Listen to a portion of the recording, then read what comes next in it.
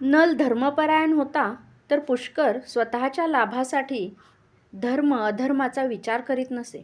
दुसऱ्याचा प्राण वाचवण्यासाठी नल स्वतःचा प्राण धोक्यात घालायला मागे पाहत नसे, पण स्वार्थासाठी दुसऱ्याचा जीव घ्यायला पण पुष्कर तयार असायचा. दोघेही बृहदश्वांचे शिष्य होते. धनुर्विद्येत ते प्रवीण होते. त्यांची शिकवायची हातोटी पण विलक्षण होती. धनुष्यावर शर लावून शिष्य उभा राहिला की ते विचारत, तुला समोर काय काय दिसते आहे? गुरुदेव, मला समोर गवत दिसते आहे. पुढे 3 मोठी झाडे आहेत. मागे डोंगर आहेत. आकाश निळे आहे. आकाशात पांढरे ढग आहेत. ठीक ठीक. आता तू तुझी नजर मधल्या झाडावर स्थिर कर आणि आपली एकाग्रता वाढव. आता तुला काय दिसते आहे? गुरुदेव, आता मला फक्त मधले झाड दिसते आहे. ढग, आभाळ, डोंगर, गवत, इतर झाडे आता अदृश्य झालेली आहेत. ठीक ठीक. त्या झाडाला उजव्या बाजूला एक मोठी फांदी आहे, तिथे लक्ष लाव. आता सांग, काय दिसते आहे ते?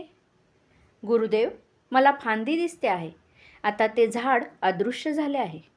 ठीक ठीक.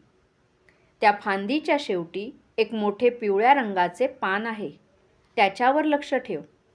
आता तुला काय दिसते आहे? गुरुदेव, आता मला फक्त ते पिवळे पानच दिसते आहे. माझी पूर्ण दृष्टी त्या पानावरच आहे. ठीक ठीक. आता तू शर सोडू शकतोस. आणि अशा या यत्नपूर्वक साधनेनंतर तो शर त्या पानाचा छेद करूनच जायचा. पण एवढे सातत्य आणि एवढी एकाग्रता प्रत्येकालाच साधत नसे.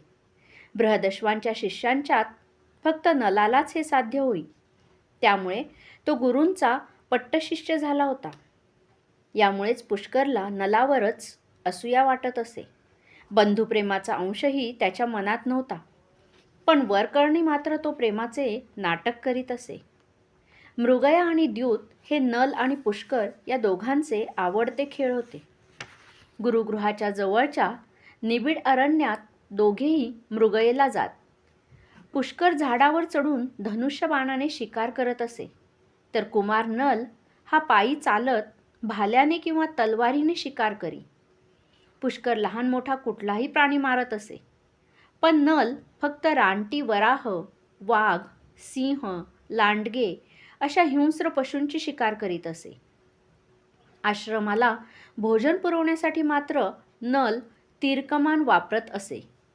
एकाच बाणात हरिण, वराह, नीलगाय ठार करण्यात तो निपुण होता.